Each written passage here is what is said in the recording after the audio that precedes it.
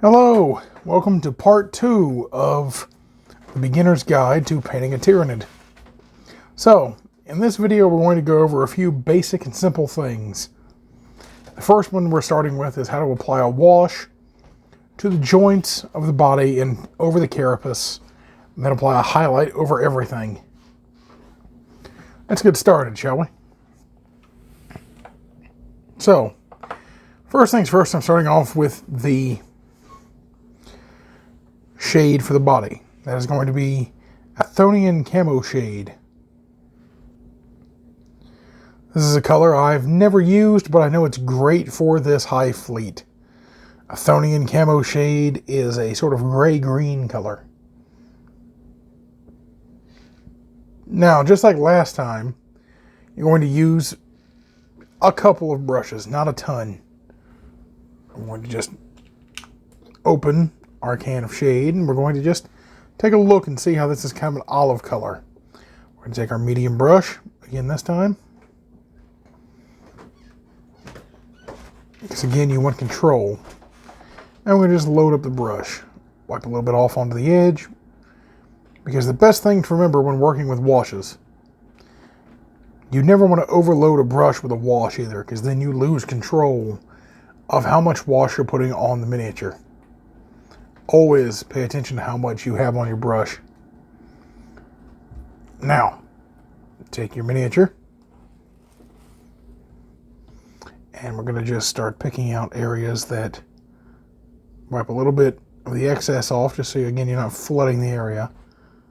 Just going to start picking out areas like here, this little area right here, the area between the arms.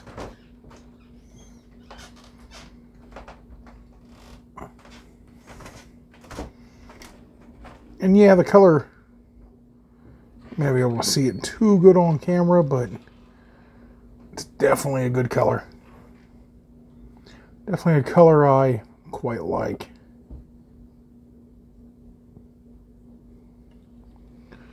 The whole point of using a shade is not to completely saturate your model with it either.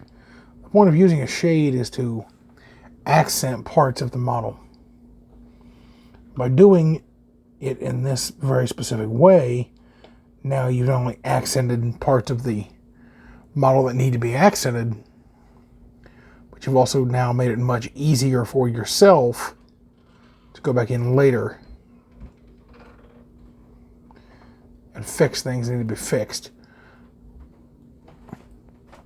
Because now, say you were to slip up here and mispaint something, well, now you have a way of going in and doing this easy by applying your base coat and another layer of your wash, and pretty much be fine. Now, again, this is something where at this stage you could stop. Always thin out your paints and your washes on something other than the model.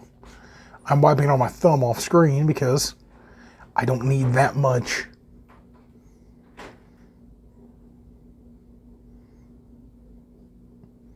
paint on my brush.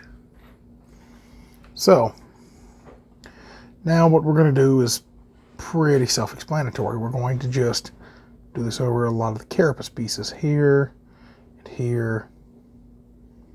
Fill in the ribs, the area there, this here.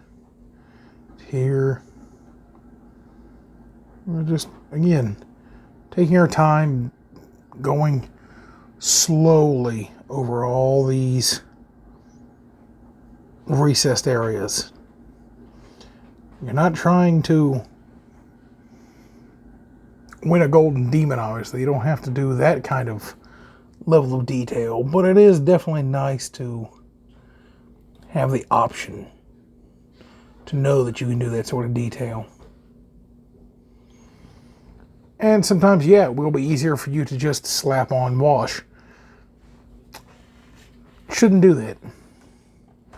You lose control of the wash, and you lose control of where it should spread to and how it should spread. And now you make painting the model much more difficult than it needs to be.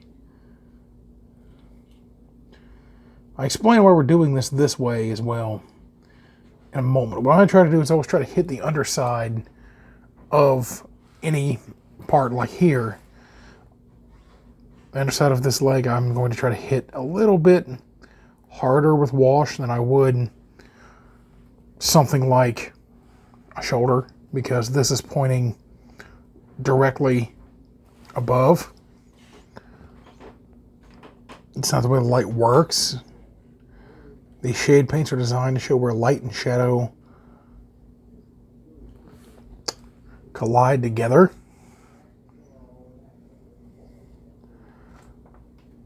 And that's why they act the way they act.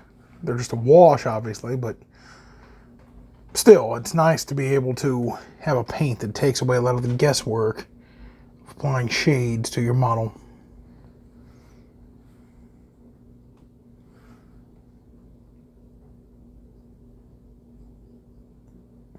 Between videos, what I did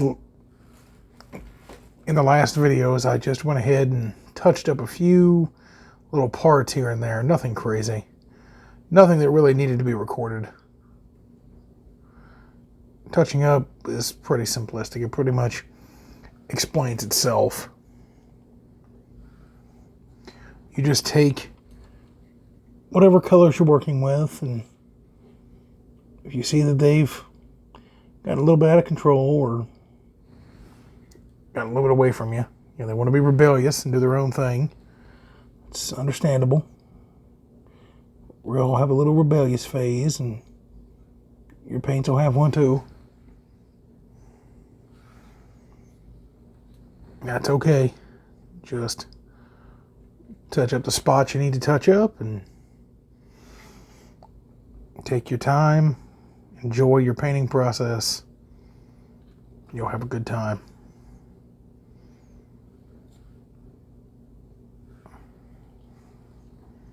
You'll have a real good time.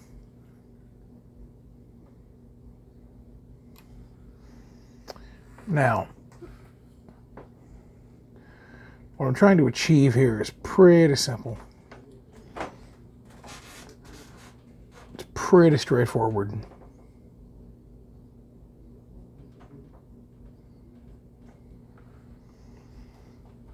What we're doing is laying out shadow. Areas that don't see light as much as other parts of the body. All right, now we're going to let this little bit of shade dry. As we're letting that layer dry, now it's a perfect time to work on shade for the carapace. We may go in with a red shade and go ahead and do the red parts with a violet shade. What we're using for this is Seraphim Sepia. Seraphim Sepia is a color that works exceptionally well over bone color because it works about as natural as you could really want a bone color to work. Again, load your brush up, wipe a little bit off, load it up, wipe a little bit off, a little bit off. A little more heavy-handed with this one, but that's what you want. And just start brushing it over these ridges.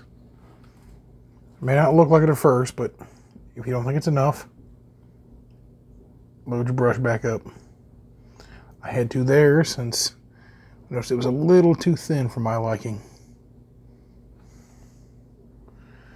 And we'll go in and we'll pick out highlights. If not in this video, then the next video.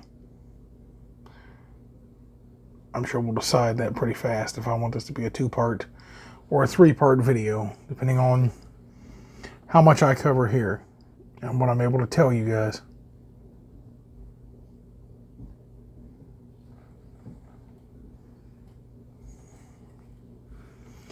Now there are times when this might be time consuming, and everything on a model usually is time consuming.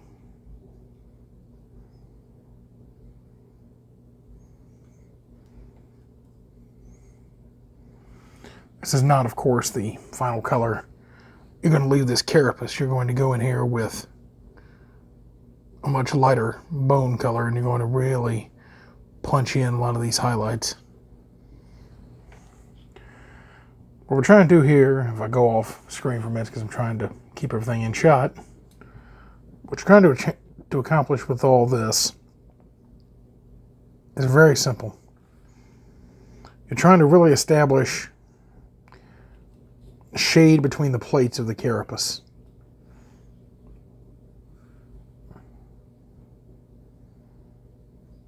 But also tinting part of the carapace to a color that makes logical sense for something this color. Again, you could probably stop after you finish shading this, because it would definitely read as a shaded model.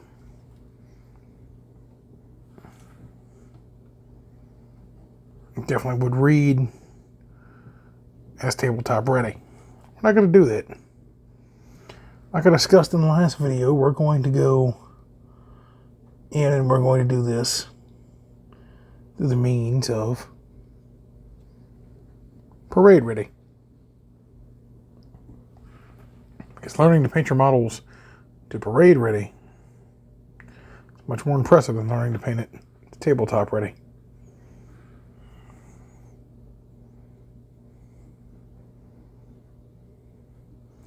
Again, just check and make sure we're covering everything we need to cover. These little details here. Make sure we're hitting all these plates the way we should.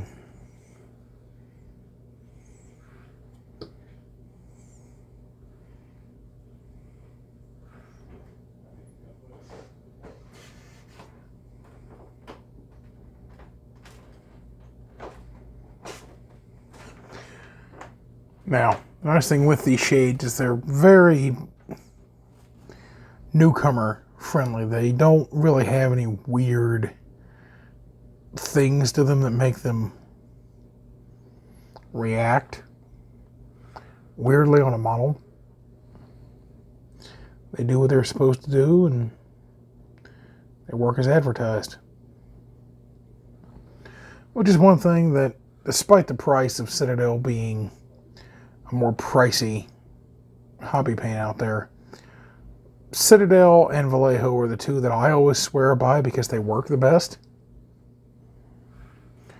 So if you look at the price on a can of Vallejo paint and you see that it's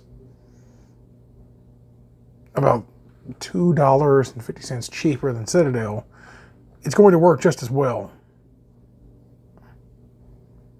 Citadel paints are a little expensive, but Citadel also is more tailor-made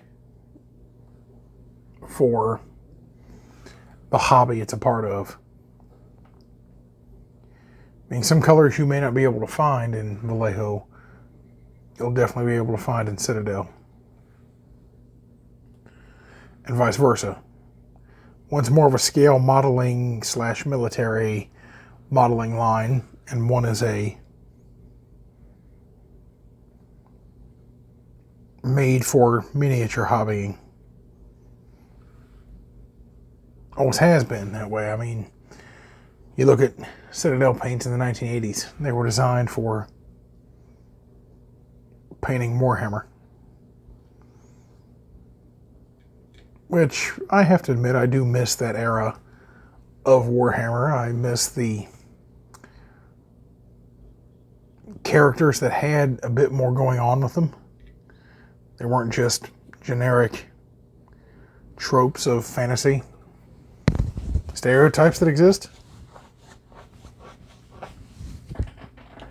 Now that we've washed the carapace and the body in the two colors we're going to need to wash them in, we're going to now start shading in all of the red parts.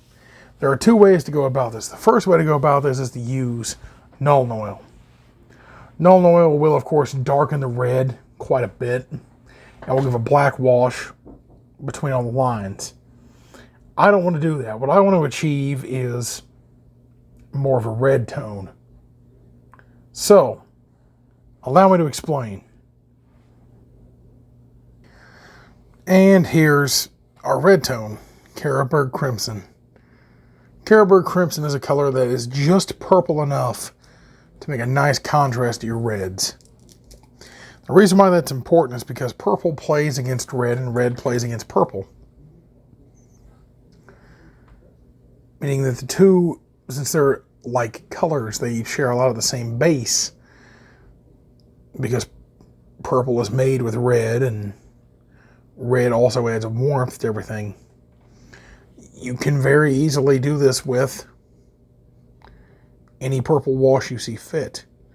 I'm using Carroburg Crimson because, well, it's a dark, highly saturated color that I feel very much fits the aesthetic we're going for with this. And this you can be heavy-handed with. You're trying to fill in a lot of small sunken in line details pretty aggressively. Again, if you overspill, that's not a problem. You're going to patch that up in our highlight coat, so don't be alarmed.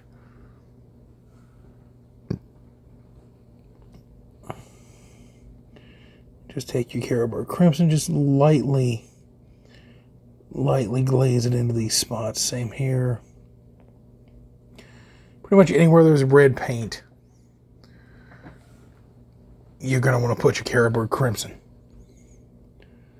You may want to be a little careful in some spots not to overflow your paint into areas you don't want it in. I mean, obviously we don't want this slopped all over our green. Because if you can learn to control your washes pretty easily, you can control the final outcome of a model pretty simply. The model's out of frame. I'm sorry. I'm currently trying to be within frame and still shade in all the details we have to shade in. Now, I'll go in and I'll touch up a few things on this weapon as well. For the most part, by the time we finish this video series, you'll be ready to have an entire army on your table, painted, looking nice. That's really the goal I've set out to do with this, is help a newcomer learn everything they need to get nice looking models on the table.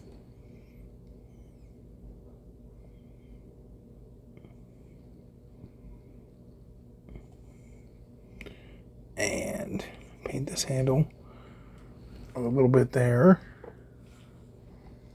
and a little bit here.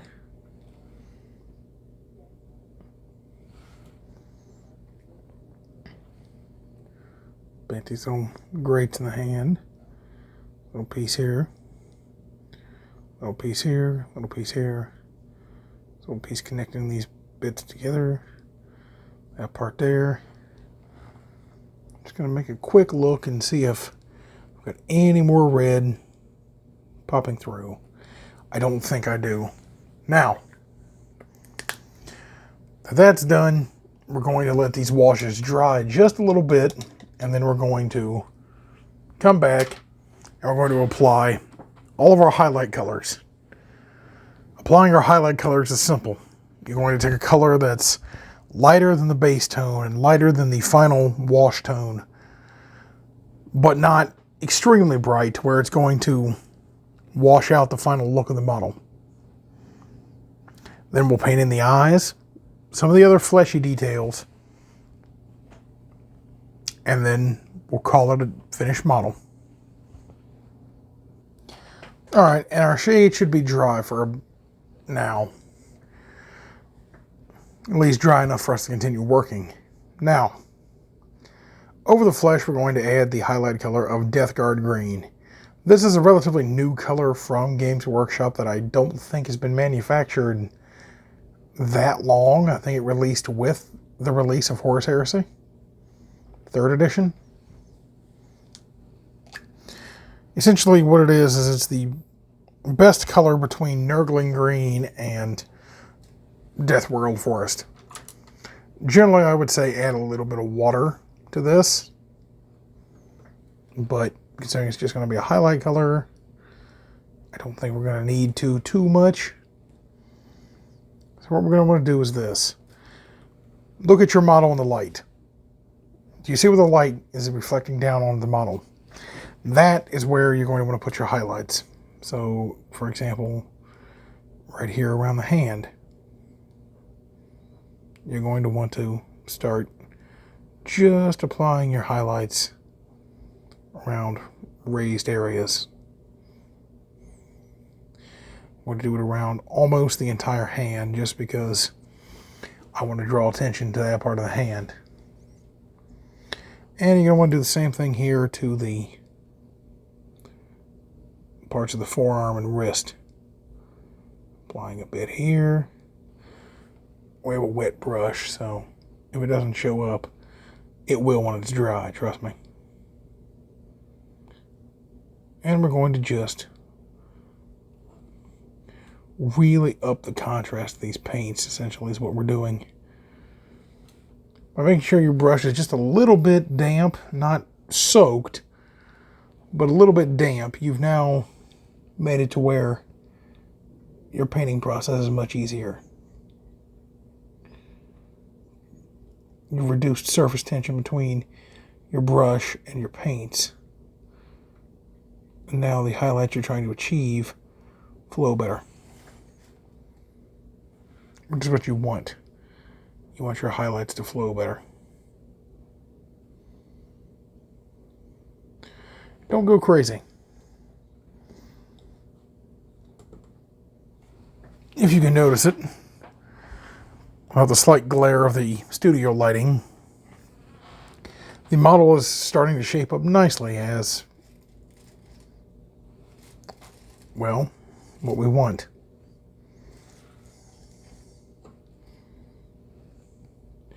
I'm going to just work a little bit of this into some other spots here, like around here, reducing that area a bit, reducing this area a smidge.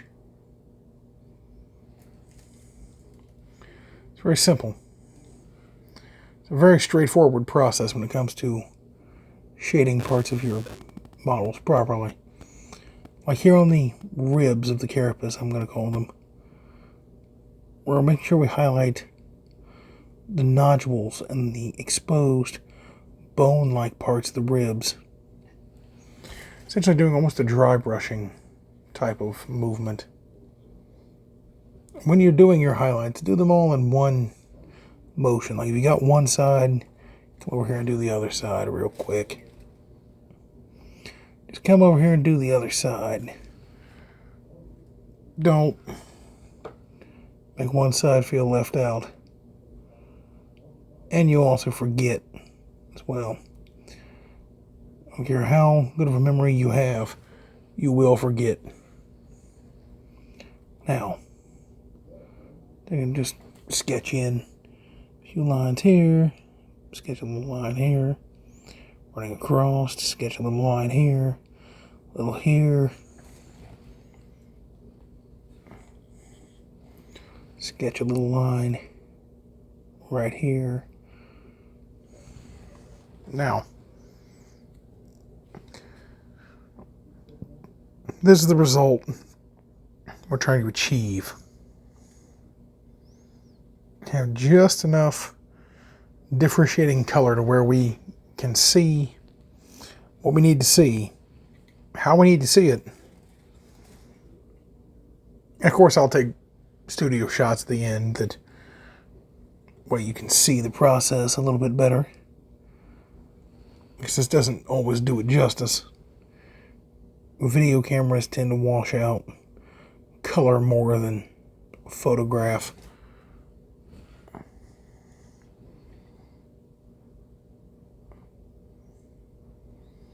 Just happens.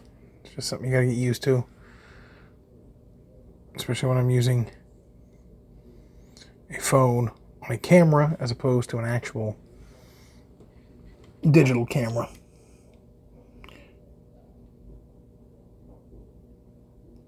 It's to be expected, in all honesty.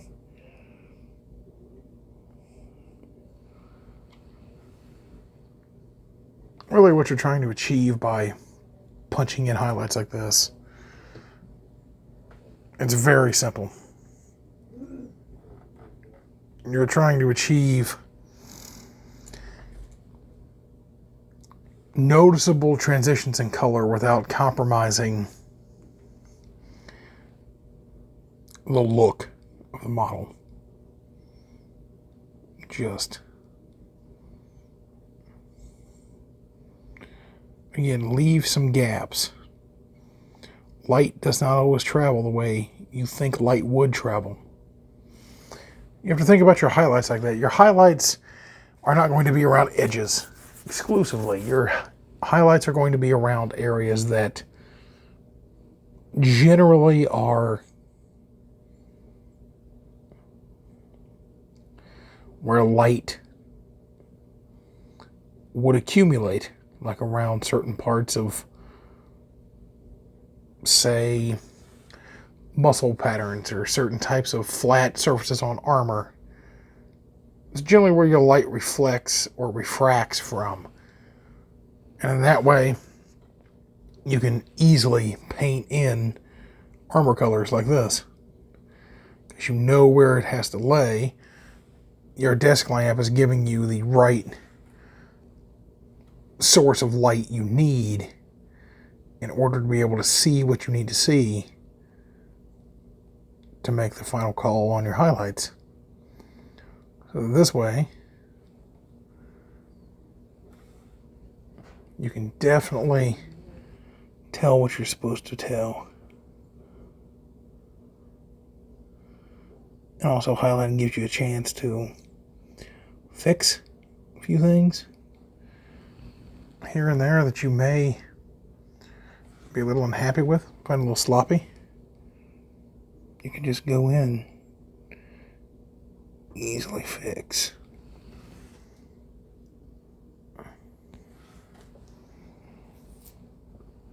As you can see here, the highlight really significantly brightened up this leg quite a bit. Actually, brightened the leg up quite a lot compared to the other leg. It's still quite dark. Of course, harsh lighting doesn't always help make these things easier to see. So, again, I'll take a few shots at the end, and if they're in the video, it means I was able to figure out how to put it in here. This whole editing software is kind of new to me. I'm not really used to it, in all honesty. So bear with me while a few things are kind of worked out technically. I'm not a fast learner when it comes to technology. Definitely not a fast learner.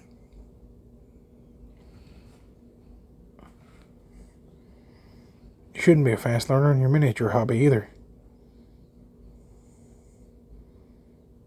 It's one thing you definitely shouldn't try to speed through to learn. Now,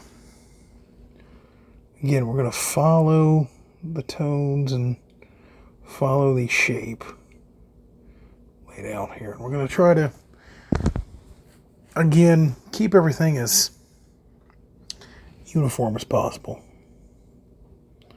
Okay, since we did it on this side, we might as well do it on the other side. We'll punch in a few extra spikes and things here, but what we're achieving right now is a very uniform look. As you can see in this area, we have a nice bit of light and shadow appearing. Like here on the tail, what we're about to do is we're about to start just lightly going across this surface of the tail, like so, to build up our highlight.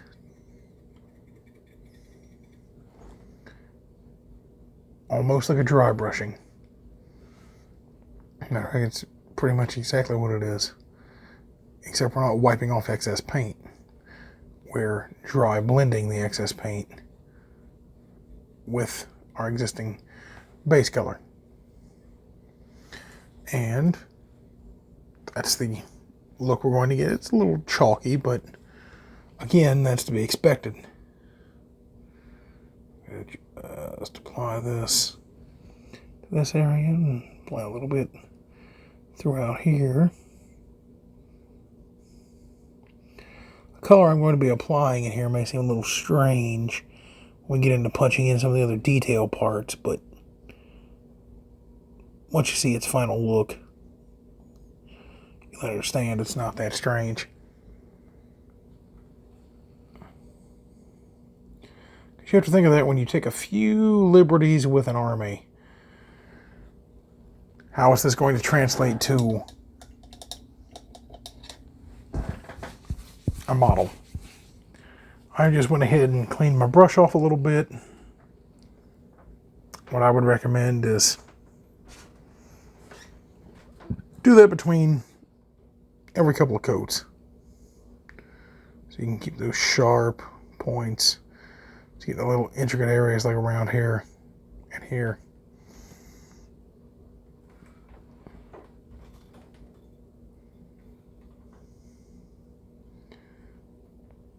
Painting in those knuckles, those ridges, covering up some of the overspill. Now we're going to do the face. We're going to avoid the inside of the legs since there's no reason to paint the inside of the leg. It's so heavily shadowed that I'm going to let that shadow work in its advantage. Now, we're going to very gently just take our paints and just, without making it look goofy or silly, we're going to just start hitting the raised details of the face. And again, we haven't painted teeth yet. That'll make a big difference. You can already see how it's starting to make a difference, given the fact that we have lower lighting around the face. So how sunken in it is. Really getting in there, really punching in detail. Really defining the shape of the face and the shape of the head by doing it this way. It's very simple. Just following the lines that are here. Follow that jawline. Follow these ridges. Follow these lines.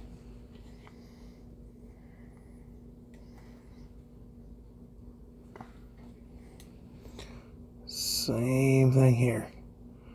Follow everything out. Just follow it out. Make sure everything looks good in your eye. If you don't see any noticeably bad transitions, then you're good. And there's the highlights on the skin, finished. And we still have a few extra highlights to apply, which that's the bone. And that's pretty much all we're going to do. Wraith bone is a color I'm going to be using. Wraith bone is really nice color. At this point, I'd recommend you switch to a very thin brush. I'm going to be using a short liner brush, but you can use any thin brush you like. The reason why is because we're going to be starting to do some highlighting. So just try to accumulate a little bit onto your brush, wipe off a smidge onto your finger, and just start applying your highlight. If it looks a little unnatural, then, well, you have to feather it out with something.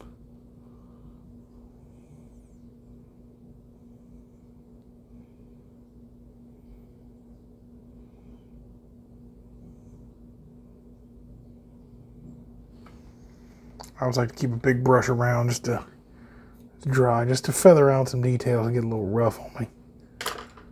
Because again, what we're painting is a carapace hide.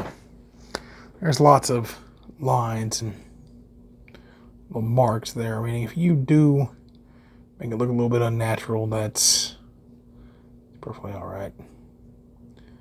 No one's really going to care that much. Just bring a little bit down to highlight just around some of these raised parts of this. That's really all we need. Just to highlight a few details, really.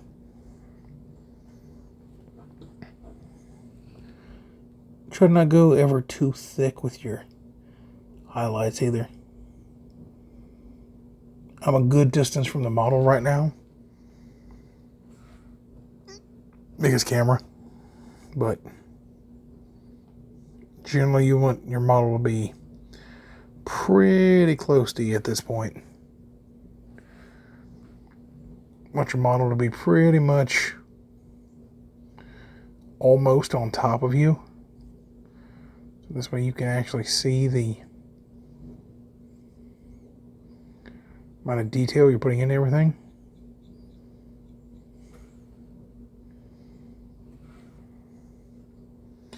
What I'm doing this for is to help you newcomers who want to paint an army like Tyrinids really understand how to paint the army up to the best of your abilities.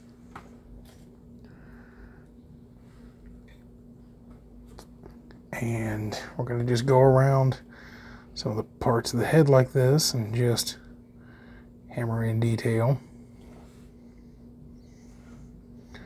Again, we're highlighting a bone color with a bleached bone color.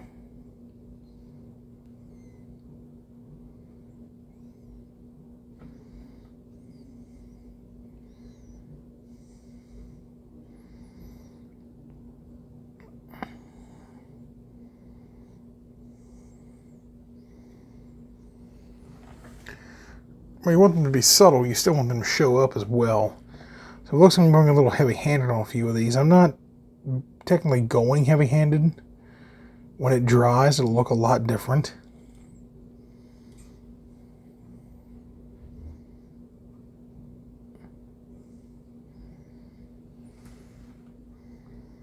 Because it'll dry a more uniform color. Again, just really hit the edges of these carapaces where they collide with each other. So that way you can achieve a more uniform look. If you go spill onto the face, that's okay. That's perfectly okay. Everybody's done it. And now we're going to just, again, try to achieve the best we can. I always like to put a little bit right there in the middle. Just put a little bit right there to really show some light and shadow difference. Now I'm going to just take and start shading all these little smaller parts of this. Shade that there. Wipe off some of my excess paint I don't need. Shade this area here. Shade this area here. Middle, middle, middle, side, side, side. Go up on that side.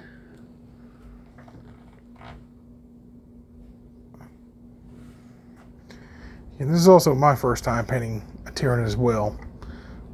But I'm just applying the same basic rules of miniature painting that pretty much everyone should apply when painting this.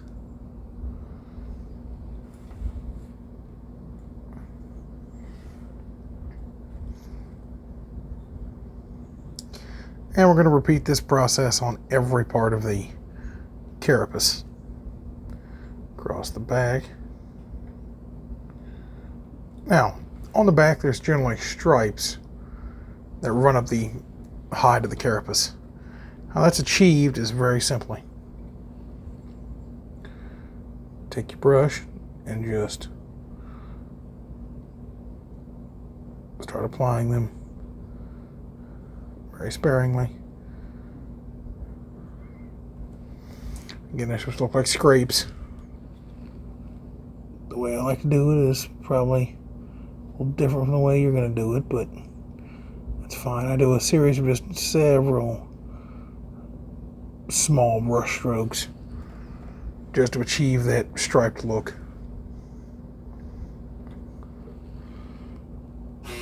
I'm going to go ahead and do this before going in and really applying the rest of the highlights. So in this way I can just get the stripes in place. This may be the most time-consuming process of this, in all honesty.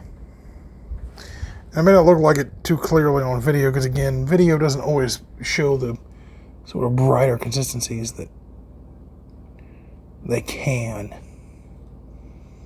But, yeah. Again, it's only paint. You can go in and you can clean this up as much as you need to.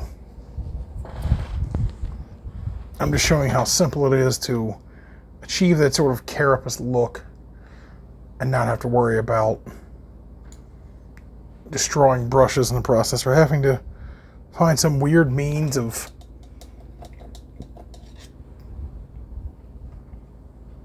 creating these lines that you don't normally have a way of creating. And again, same rule applies here. Just several small brush strokes, several small brush strokes, several small strokes, going in a pretty uniform pattern. Farther down you go, the less noticeable it becomes, since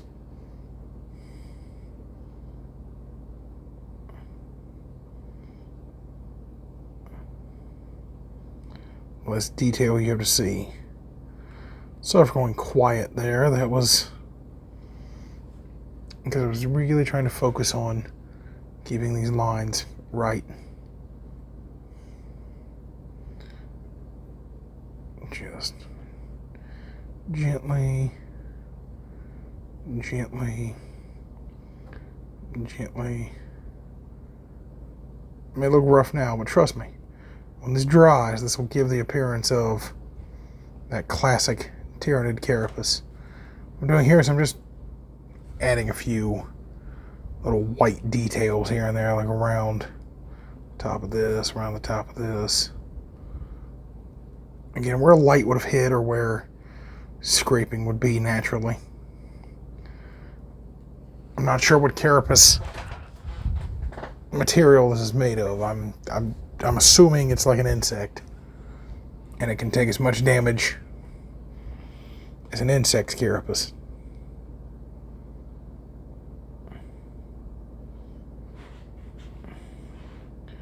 Try your best to keep this in frame if you're filming, for one, and for two, try your best to achieve this.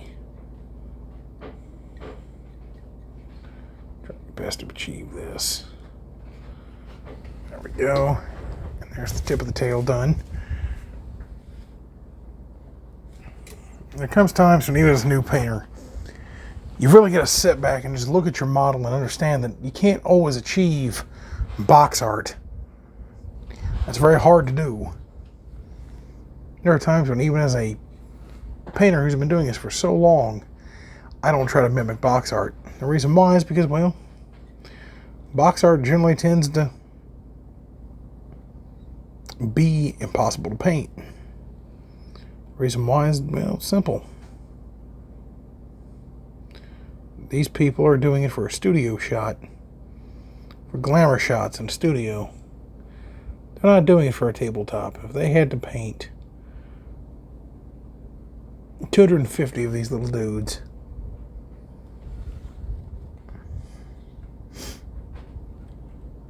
in one sitting, or at least think they'd have to do it in one sitting. We discussed in the last video. Don't do that. It's a bad idea.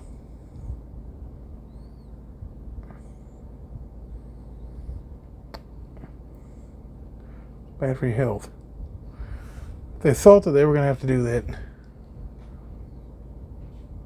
These models will not be anywhere near as hyper detailed as they are.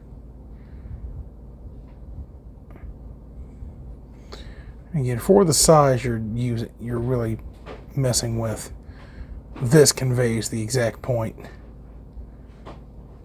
of it looking the same as the box art, but done a little easier. Okay. Again, it's probably going to look a little rough on camera, since the camera will always pick up imperfections the human eye won't. I'm going to do much to the feet. I'm going to leave the feet the way they are. But I am going to go in here. I'm going to just, pick out the edges on the weapon. I'll carapace hide here on the weapon. I'm going to pick out some of the edges, like here in the center. A little bit here. A little bit here. A little bit there. Do a little ridging here and there. All right. And that should just about do it for this video. In the next video, we will cover detailing of the weapons, applying the highlights, lowlights, and scraping to the blades of the weapons and the barrel of the gun. We'll go ahead and we'll paint in the eyes and the teeth. On the next video, wash those up, and then we'll base the model. And that'll be it. That's what I'll call the finishing touches of the project. And then I hope you'll join me again when I paint up the other two.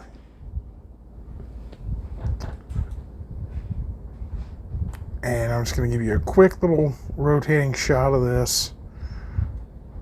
Let me get some better lighting here for you. Just a smidge so you can see things a little better. And this is the stage we're at so far with our highlights in place and our wash. If you want to pause something, go ahead. All of our lines. Again, the camera's making these look a little rougher than they should, and there's really nothing I can do to fix that, even in post. Okay. As I said, come back for the next video where we're going to punch in the detail of the eyes and the teeth. Punch in all these little details along the weapons here. Punch in all the details along these blades. Clean up some areas that we've overspilled. And then that will be the end of the project. I look forward to seeing you in part 3.